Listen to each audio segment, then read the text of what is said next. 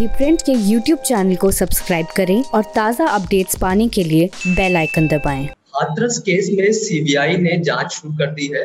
CBI की team Hathras में पहुंच चुकी है और इसी बीच हाईकोर्ट, इलाहाबाद हाईकोर्ट की लखनऊ बेंच ने जो टिप्पणी की है वो कहीं ना कहीं इस पूरे केस में प्रशासन और सरकार की भूमिका पर सवाल है। और इसी बारे में बात करने के लिए हमारे साथ आज पीड़ित पक्ष की वकील सीमा कुशवाहा मौजूद है। सीमा जी, आपका द प्रिंट से बातचीत करने के लिए बहुत बहुत शुक्रिया, आपका बहुत बहुत स्वागत है। जी शुक्रिया प्रशांत जी। सीमा जी, सबसे पहले मैं ये पूछना चाहूंगा कि जो भी अभी हाईकोर्ट की टिप्पणी आई और जिस तरीके से हाईकोर्ट ने पूछा कि क्यों डीएम को वहां हटाया नहीं गया, कि उन्होंने हाईकोर्ट ने एडीजी लॉ एंड ऑर्डर पर सवाल उठाया और कहा कि 2013 में जब ये नियम बदल गया, रेप का आप सीमेन ना होना ही केवल क्या रेप की मतलब रेप की पुष्टि ना होना है। तो ये जिस तरीके से हाईकोर्ट की इस टिप्पणी को अब केस के लिहाज से अगर देखा जाए, क्योंकि आप ये हैंडल कर रही हैं, अब यहाँ से किस दिशा में केस जाता हुआ दिख रहा है, क्योंकि दूसरी तरफ सीबीआई ने भी अपनी जांच शुरू कर दी है और सीबीआई ने जांच के दौरान पीड़िता के दोनों भाइयों और उनके पिता से बातचीत की है। ये सवाल मैं इसलिए भी पूछ रहा हूँ क्योंकि वहां पर लोकल सेंटीमेंट क्या है इस बात की भी जानकारी आपको होगी, और दूसरी तरफ जो हाईकोर्ट की टिप्पणी आई है तो उसको किस तरह से देखती है? हाँ देखिए, सबसे पहले तो मैं हाईकोर्ट की जो टिप्पणी है, क्योंकि माननीय उच्च न्यायालय की जो लखनऊ बेंच है उन्होंने इस मैटर को स्वतः संज्ञान लिया है, जिसमें एक पीड़ित परिवार, एक अमाइकस क्यूरी भी अपॉइंट किए गए और राज्य ने अपना पक्ष रखा। लेकिन जो मेन इनका मोटिव था माननीय उच्च न्यायालय का इस मैटर को स्वतः संज्ञान में लेने का, वो ये था कि उस पीड़िता को आपने रात में कैसे जला दिया। अंतिम संस्कार, इसमें आप देखेंगे कि अंतिम संस्कार तो उसको कोर्ट भी नहीं मान रहा है, क्योंकि अंतिम संस्कार करने का परिवार के सदस्यों का राइट होता है जो उसके ब्लड रिलेशन होते हैं। रात में उस पीड़िता को जिस तरीके से जलाया गया, तो कोर्ट का जो ऑब्जर्वेशन था, जिस तरीके से उन्होंने जो DIG law and order Prashant ji, उनसे भी क्वेश्चन किया, और सिर्फ इतना नहीं, उन्होंने जो सीमन वाली बात आई है इसमें कि रेप मैटर में आपने कैसे प्रेस कॉन्फ्रेंस करके ये बोल दिया कि रेप नहीं हुआ, रेप की पुष्टि नहीं हुई है, जबकि मैंने देखा हमारे पास दोनों रिपोर्ट हैं, एफएसएल एंड पोस्टमार्टम रिपोर्ट है, और दोनों रिपोर्ट्स में ही जो पीड़िता है उसके इंटरनल पार्ट पर चोट के निशान है और ये रिपोर्ट्स में डायग्नोज हुआ है, राइट। तो अब सीमन का पाया जाना, तो कोर्ट ने कहा कि 2013 एंड अगेन 2018 में जो अमेंडमेंट किया गया है वो आपको रीड आउट करना चाहिए, क्योंकि आप एक राज्य के डीआईजी हैं और इस तरीके से आप कैसे स्टेटमेंट देंगे, और इस सिर्फ वो उसको एक आप स्टेटमेंट नहीं मानेंगे, उसके आधार पर जिस तरीके का नैरेटिव चलना शुरू हुआ, हम सभी ने देखा कि एक पक्ष जो जिस पर्टिकुलर समुदाय से लोग आते हैं, जिस कास्ट से आते हैं,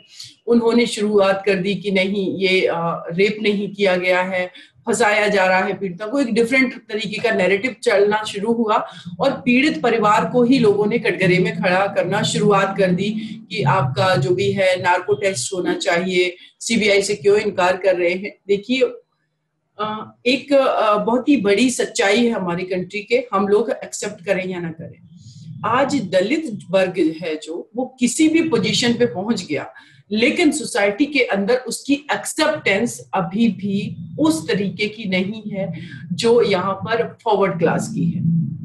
तो उस पीड़ित परिवार जो गरीब भी है, जो दलित समुदाय से भी आ रहा, जो बहुत ही ज्यादा साक्षर नहीं है, उस परिवार के जो समुदाय के लोग हैं उनकी संख्या भी कम है, तो एक तरीके से उन पर दबाव डाला गया। तो कोर्ट का सीधा कहना था कि इन सारी चीजों से आपको बचना चाहिए, और किसी का भी जन्म से लेकर मृत्यु तक जिस तरीके से वो जिस धर्म को मानता है उसके तहत उसके सारे संस्कार किए जाते हैं, और अंतिम जो संस्कार है वो माना जाता है उसका जब मृत्यु होती है। तो आप उनके मौलिक अधिकार का वायलेशन किया है, ये आप नहीं कर सकते थे। ये टिप्पणी थी कोर्ट की, और साथ ही साथ कोर्ट का ये भी कहना था कि राज्य ने जो पक्ष रखा, जिसमें डीएम थे, डीआईजी थे, जिनका कहना था कि लॉ एंड ऑर्डर का फेलियर था, तो कोर्ट का जो ऑब्जर्वेशन था उन्होंने क्लियर किया कि लॉ एंड ऑर्डर फेल क्यों होगा अगर आप बहुत अच्छे से वर्क करेंगे।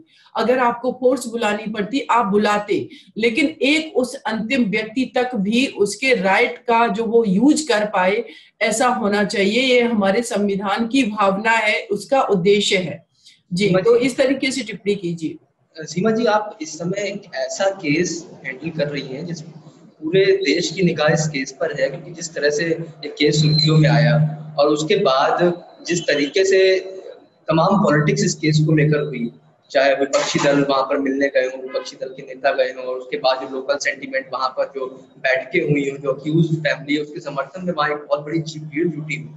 तो ऐसे में इस केस में उस फैमिली जो कि विक्टिम फैमिली है, तो उसके साथ आपका क्या संवाद रहा? आपकी जो बात हुई उनका इस बारे में क्या कहना है? कोर्ट परिसर में आपकी मुलाकात भी हुई, हम लोगों ने देखा, तो उसके बारे में थोड़ा सा बताइए। जी देखिए, पहले आप सभी लोगों ने शायद देखा होगा कि जब फर्स्ट डे में मिलने गई 1 अक्टूबर को, तो एडीजे जो सॉरी वहां पर एडीएम उनके साथ हमारा काफी हॉट टॉक हुआ, उन्होंने नहीं जाने दिया। और इवन की इस बात पर सुप्रीम माननीय उच्च न्यायालय ने भी टिप्पणी की कि अगर आपको 144 आपने इम्पोज की थी तो वहां पर कम से कम मोर देन 5% नहीं होने चाहिए, उससे कम लोग तो जा सकते थे, आपने उनको क्यों रोका, ये भी टिप्पणी की। तो उसमें हम भी शामिल थे कि मैंने भी पूरी कोशिश की, इन लोगों ने नहीं जाने दिया, वहां पर एक्सक्यूज इनके पास कोई नहीं है।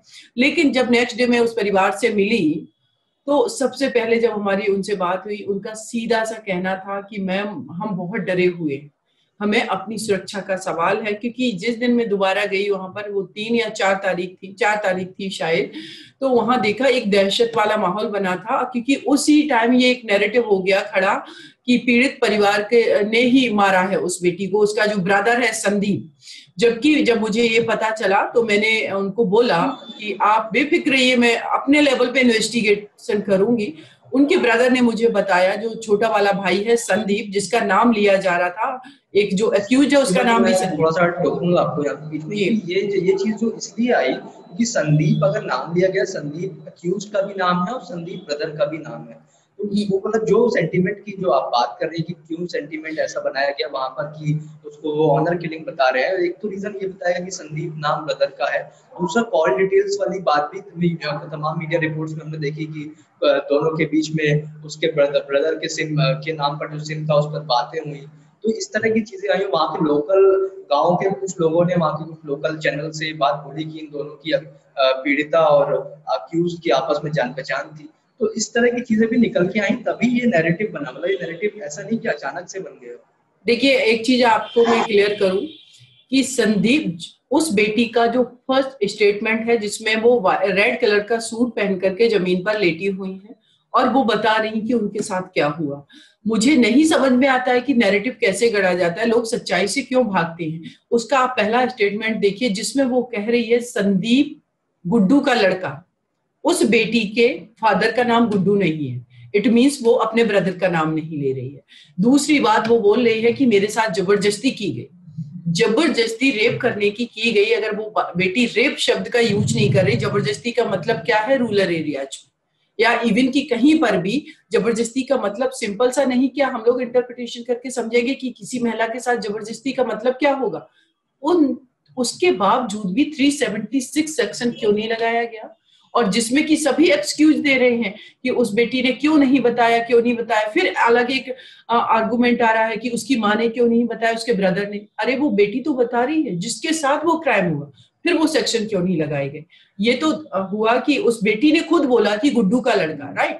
तो उसके ब्रदर का जो ब्रदर के लिए जो नैरेटिव खड़ा किया जा रहा था उसके अगेंस्ट, वो चीजें तो वहीं सॉर्ट आउट हो जानी चाहिए थी, लेकिन नहीं हुई। जब ये बात मैंने मीडिया में बोली, और उनके ब्रदर संदीप जो लड़का था, वो उस टाइम वसुंधरा में जहां पर लैब में काम करता, लैब टेक्नीशियन है वो, वहां से मैंने उसका वीडियो भी, सीसीटीवी फुटेज भी मैंने कवर करवा लिया, कि जिससे मेरे पास उसका एक्सक्यूज हो कि वो उस टाइम जब ये घटना हुई तो वो वहां मौजूद नहीं था। यस, वो वहां मौजूद नहीं था। वहां का जो सिक्योरिटी गार्ड है उसका स्टेटमेंट मेरे पास बहुत सारे, हालांकि मैं आपको डिस्क्लोज कर रही हूँ, मुझे नहीं करना चाहिए था, ये कॉन्फिडेंशियल चीजें हैं, लेकिन मैं सामने आना चाहिए, कंफ्यूजन भी हाँ, मैं इसको क्लियर कर रही हूँ। क्योंकि उसका ब्रदर इतना डरा हुआ था कि मैम लोग तो हमें ही फंसाने की कोशिश कर रहे हैं। तो मैंने पूछा कि आप उस टाइम कहाँ थे जब ये क्राइम हुआ।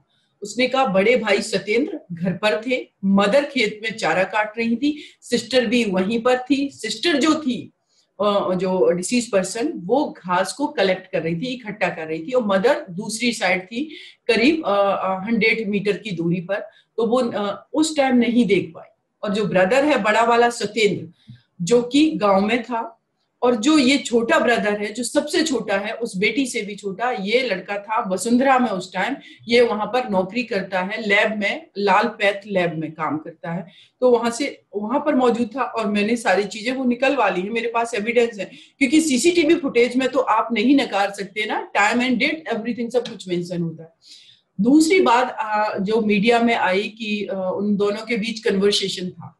अगर वो सिम, पहली बात तो मैं आपको क्लियर कर दूं कि मैं विश्वास नहीं कर रही हूं इस बात पर, अभी तक नहीं किया है।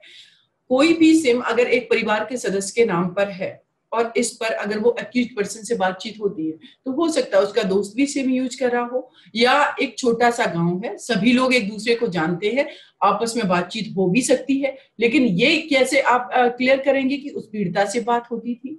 और दूसरी, मैं इससे भी आगे बढ़ के बात करूंगी, इन केस अगर उस पीड़िता से भी बात होती थी, तो प्रशांत जी, क्या किसी भी पर्सन को उसके साथ रेप करने का अधिकार मिल जाता है? क्या उसका मर्डर करने का अधिकार मिल जाता है? अगर ऐसा होगा तो हमारी कंट्री के अंदर, परिवार के अंदर, जब किसी महिला की हत्या कर दी जाती है, 304B दहेज हत्या का सेक्शन लगता है। इसका मतलब वो नहीं लगना चाहिए, क्योंकि वो हस्बैंड ने डेथ की है, वो तो उसके साथ रिलेशनशिप में थी। फादर ब्रदर का मर्डर कर देता, ब्रदर का मर्डर कर देता है, जो भी रिलेटिव्स मर्डर करते हैं, तो उसको आप फिर मर्डर नहीं मानेंगे क्या? आप किस तरीके का नैरेटिव गढ़ा हुआ है?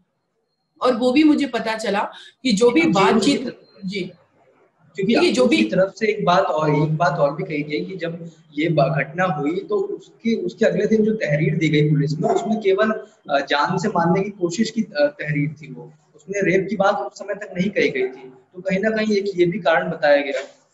देखिए, उस बेटी का जो ब्रदर है सत्येंद्र, जिसने ये तहरीर लिखी, ये बेटी के साथ जो अटैक हुआ उसके ऊपर, उसके रेप करने के लिए, और उसका मर्डर कहेंगे, उसको अटेम्प्ट टू मर्डर हम बोल रहे हैं, क्योंकि उस टाइम वो ठीक थी, डेथ नहीं हुई थी। 9:30 का वो टाइम है। 9:30 के टाइम पर जब उनके साथ क्राइम होता है, फिर उनके ब्रदर को पता चलता है, करीब ये टाइम जो है करीब 30 मिनट्स का रहता है।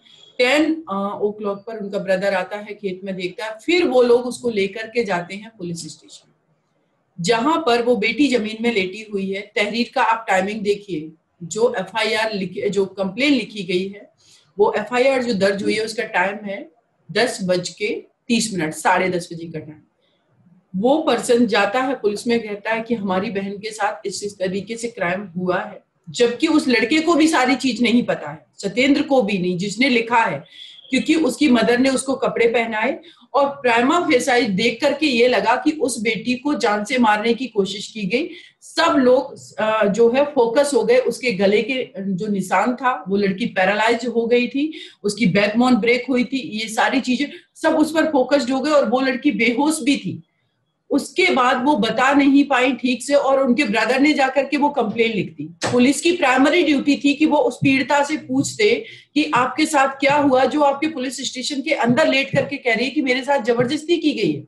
ये किस तरीके की नेग्लिजेंसी है, किस तरीके का प्रशासन की इसमें लापरवाही, बिल्कुल लापरवाही है। और उसके ब्रदर ने जल्दबाजी में वो लिखी है तहरीर जो लिखी है, और उसको, और फर्स्ट इंफॉर्मेशन रिपोर्ट का मतलब ये नहीं होता है कि वो कंप्लीट रिपोर्ट है। अगर फर्स्ट इंफॉर्मेशन रिपोर्ट FIR को ही आप एक कंक्रीट एविडेंस मान लेंगे, स्टेटमेंट मान लेंगे, तो फिर 161, 164 CRPC मीनिंगलेस हो जाएगी, क्योंकि FIR लॉन्च होने के बाद, मेडिकल होने के बाद पीड़िता का 164 का बयान होता है, और वो बयान के पीछे जो मकसद होता है वो यही होता है कि वो मजिस्ट्रेट के सामने होता है, कि वो बयान एक कंप्लीट स्टेटमेंट माना जाता है, कि कोई चीजें अगर छूट गई हैं FIR में तो पीड़िता उसमें बता सकती है वो चीज, तो उसको आपको मानना पड़ेगा। सब लोग एक छोटा सा कंप्लेन उनके ब्रदर ने जल्दबाजी में लिखा, उस पर फोकस्ड हो गए। ये जो सिस्टम है, इसके अंदर अपने आप को सुपीरियर साबित करने का जो मतलब एक कहेंगे ना गुरूर है, घमंड है ना, इसको ब्रेक करना बहुत जरूरी है, क्योंकि इन लोगों के वजह से कितने परिवार हैं जो न्याय से वंचित रह जाते हैं। ठीक है, गवर्नमेंट का मतलब ये, ठीक है, अब योगी आदित्यनाथ जी तो हर केस में नहीं आ सकते, वहां पर तहरीर वो तो दर्ज नहीं करेंगे, जो प्राइमरी ऑफिसर है उसकी ड्यूटी है ये कि वो ये काम जो नहीं हटाया गया, इसको लेके कोर्ट ने टिप्पणी जब की थी तो हाँ, क्या कोर्ट ने जवाब था टिप्पणी की। सरकार की तरफ से? देखिए, मैं पूरी उम्मीद करती हूँ कि डीएम को भी सस्पेंड नहीं, इनको टर्मिनेट किया जाए, ये मेरा अपना मानना है। अभी 2 नवंबर को वहां पर आर्गुमेंट है माननीय उच्च न्यायालय में, और मुझे लगता है कि जिस तरीके का उनका रुख था इन लोगों के प्रति कि आप इतनी नेग्लिजेंसी कैसे दिखा सकते हैं, जो प्रशांत जी थे डीआईजी, उनसे पूछा कि अगर उस पीड़िता की जगह, उनके फादर का नाम लिया कि ओम प्रकाश की बेटी की जगह प्रशांत जी आपकी बेटी होती तो आप क्या सोचते। उनका कोर्ट का कहना है कि पूरे केस में आप जो मेन अक्यूज हैं 4, उन पर उनके खिलाफ है कि आप कहीं ना कहीं प्रशासन के खिलाफ भी कोई कानूनी कार्रवाई या किस तरह का भी कुछ? बिल्कुल, मेरा देखिए जो अक्यूज्ड हैं उनके अगेंस्ट तो मुझे केस लड़ना ही है, पीड़ित परिवार के तरफ से पक्ष रखना है, राज्य भी पक्ष रखेगी, क्योंकि इस तरीके के मैटर में स्टेट भी फाइट करती है। लेकिन मैं एडमिनिस्ट्रेशन के भी अगेंस्ट बिल्कुल हूँ। एडीएम मैं इसको पर्सनली नहीं ले रही हूँ और मैंने एडीएम के खिलाफ कहीं बोला भी नहीं है कभी कुछ, लेकिन जिस तरीके का सिस्टम होना चाहिए, जो वर्क होना चाहिए, वो नहीं हुआ, नेग्लिजेंसी दिखाई गई। और बाद में इनका एक्सक्यूज है डीएम का, वहां पर जब कोर्ट ने उनको तलब किया और पूछा कि आपने ऐसा क्यों किया, उनका कहना है कि लॉ एंड ऑर्डर का इश्यू हो जाता। जब उन्होंने पूछा कि कितनी गैदरिंग थी वहां पर रात में, जब अपने उस बेटी का शव जलाया, तो राज्य का इनका कहना है डीएम का कि करीब 300 से 400 लोग थे संख्या में। बोले पुलिस कितनी थी, बोले पुलिस 50-60 लोग थे। जस्ट इन्होंने उल्टा बोला है। आप हमने सभी ने वीडियोस देखे हैं, इवन की मीडिया को भी नहीं जाने दिया। कोई आपको गैदरिंग दिख रही थी वहां, किसी को भी कोई, रिपोर्टर्स को थोड़ा पीछे रोक दिया गया था, हमारी भी वहां रिपोर्टर मौजूद थी और देखिए रिपोर्टर्स को पीछे रोका गया तो गैदरिंग थी कहाँ वहां, आसपास में मीडिया तो आसपास का भी लोकेशन का पिक्चर्स दिखा रहा था, गैदरिंग कहीं नहीं थी सिवाय पुलिस के। वहां पर पुलिस जो ऑफिसर से लेकर के इंस्पेक्टर या कांस्टेबल को मिला करके करीब 200 से 300 पर्सन थे। 200-300 पर्सन लोग जो कंट्रोल कर रहे हैं वहां पर लॉ एंड ऑर्डर को, उस लॉ एंड ऑर्डर को 50-60 लोग क्या डिस्ट्रॉय कर देंगे? वहां पर उसका क्या वायलेशन हो जाता? फिर भी तो ये सवाल कोर्ट में भी उठे हैं और टोटली इनकी नेग्लिजेंसी है, इन्होंने नेग्लिजेंसी नहीं क्राइम किया है।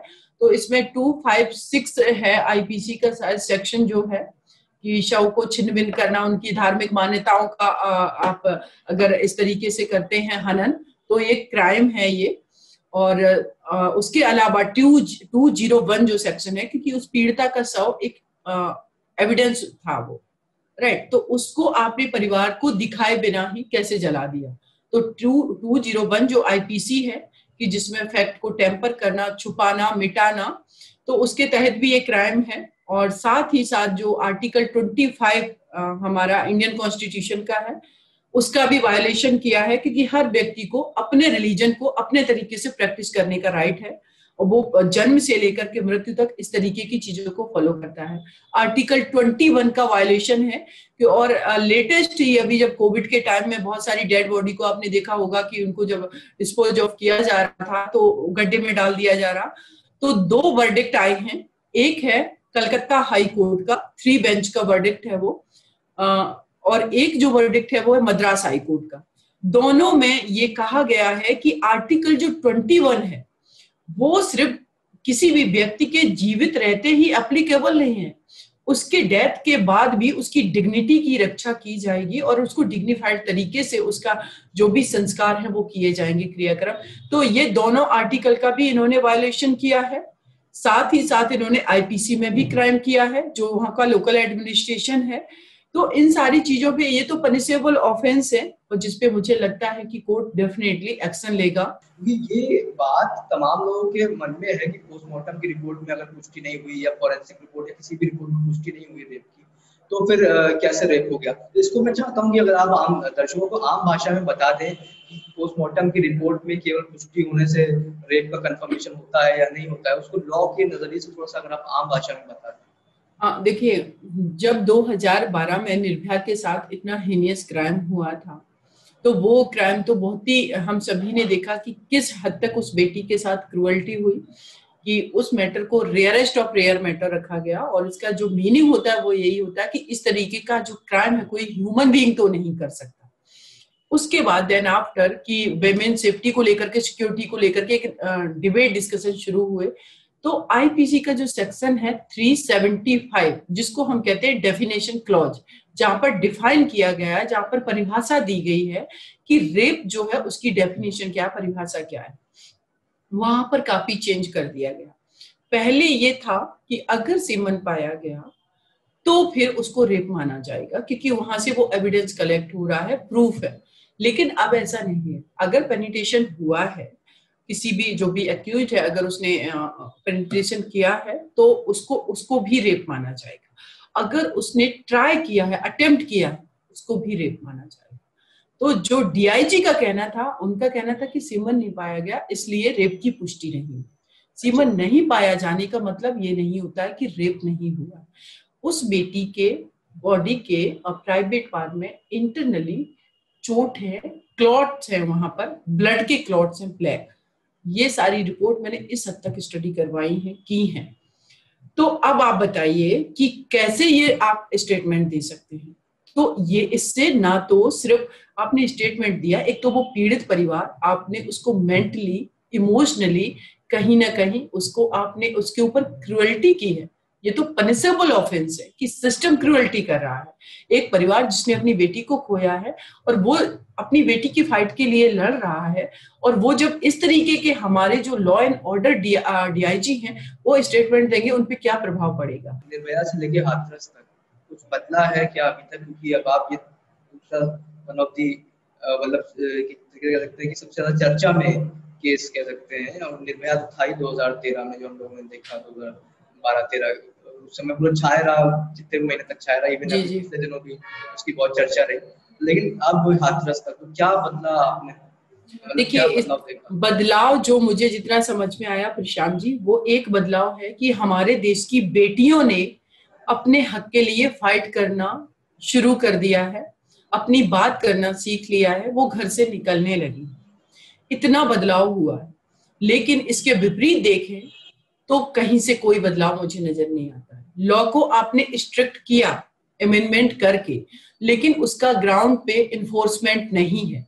आप कितना भी स्ट्रिक्ट लॉ बना दीजिए, बर्मा कमेटी की रिकमेंडेशंस आए, उसमें ये प्रोविजन रखा गया, जो भी रिकमेंडेशन थी, कि अगर कोई पुलिस ऑफिसर एफआईआर दर्ज नहीं करता है तो उसको सिर्फ सस्पेंड नहीं किया जाएगा, उसके अगेंस्ट कंप्लेन होगी और चार्जशीट फाइल होगी, उसका भी ट्रायल होगा, उसका कन्विक्शन होगा।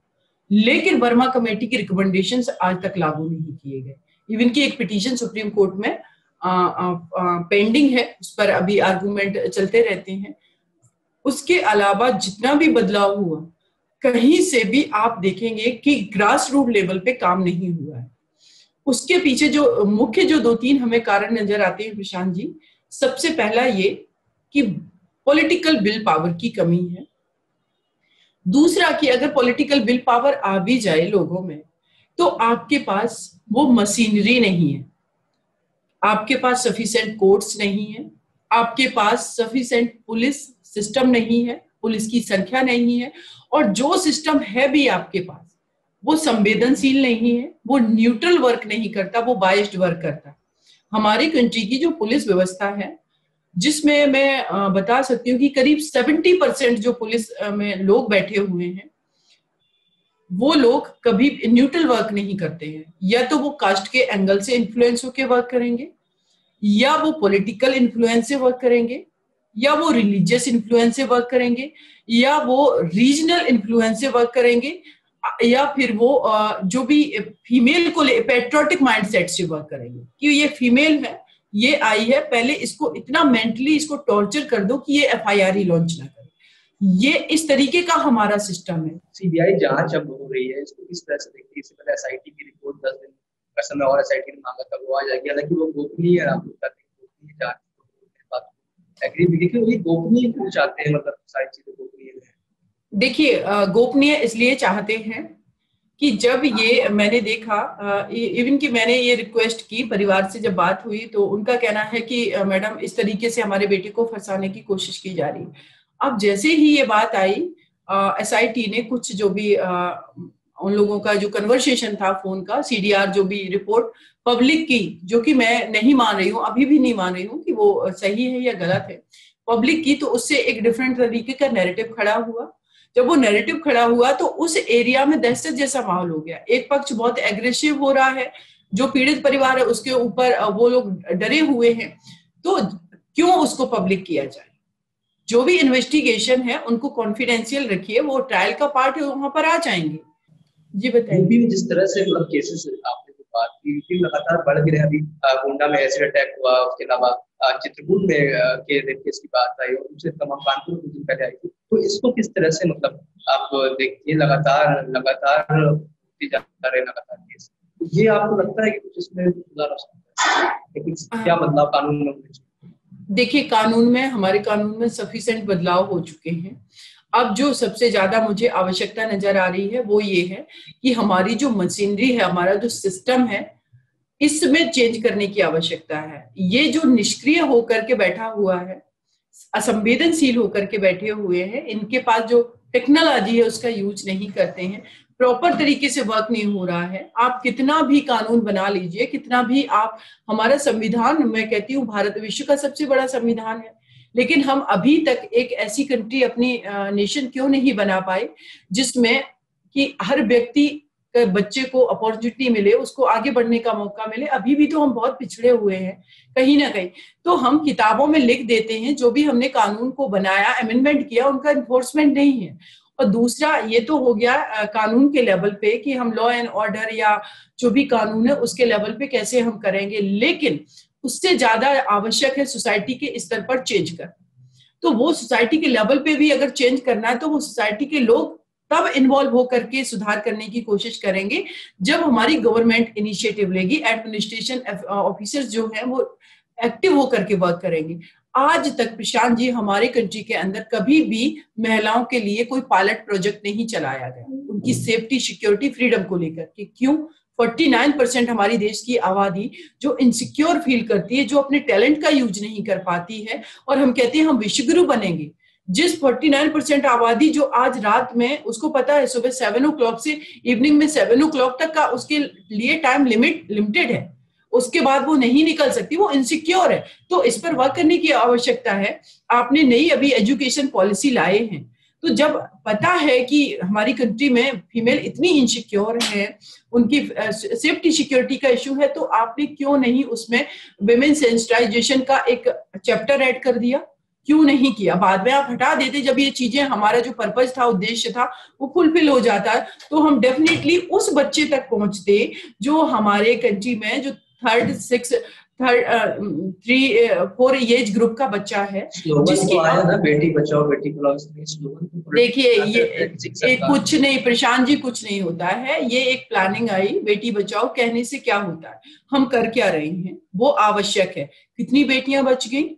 ठीक है, आप कितना भी, हमारी कंट्री को आजाद हुए 70 ईयर्स हो गया है, अब तो हम 21st सेंचुरी में है। इट मीन्स कि हमारे देश में क्यों एक ही इंदिरा गांधी जी प्रधानमंत्री बनकर के रह गई हैं? क्या हमारे देश की बेटियां कैपेबल नहीं हैं?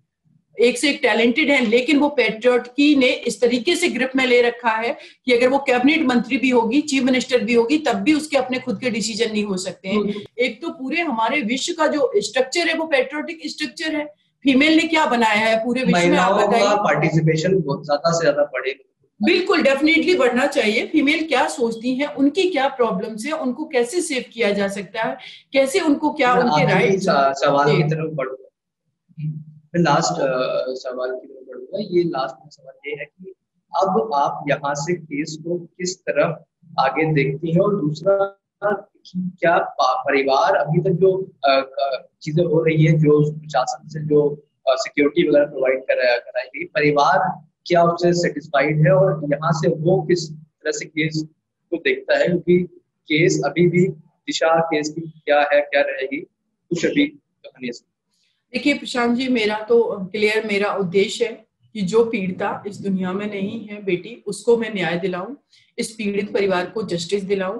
इसके लिए जो प्राइमरी लेवल पे, क्योंकि अभी तो इन्वेस्टिगेशन अंडर इन्वेस्टिगेशन है, वो सारी चीजें जब चार्जशीट फाइल होगी देन तब ट्रायल होगा, लेकिन उससे पहले जो जरूरी चीजें हैं, जो आवश्यक है, एसेंशियल है कि जो परिवार कल अपनी बेटी के जस्टिस के लिए फाइट करेगा वो सेफ हो, सिक्योर हो। इसके लिए मैंने उनके सेफ्टी की मांग की है माननीय उच्च न्यायालय में, और उन्होंने उस चीज को एक्सेप्ट भी किया है। राज्य का कहना है कि अभी उनको सिक्योरिटी जो है वो प्रोवाइड करवाएगी। तो मेरा कहना है कि जो सिक्योरिटी प्रोवाइड करवाएगी वो कब तक, ये तो लॉ एंड ऑर्डर की वजह से है, उनको पर्सनल सिक्योरिटी प्रोवाइड करवाई जाए। और ये मेरा एफिडेविट जो सुप्रीम कोर्ट में गया है उसमें भी है। दूसरा जो है कि रिपोर्ट्स को कॉन्फिडेंशियल रखने वाली बात, वो भी चीजें हो गई हैं।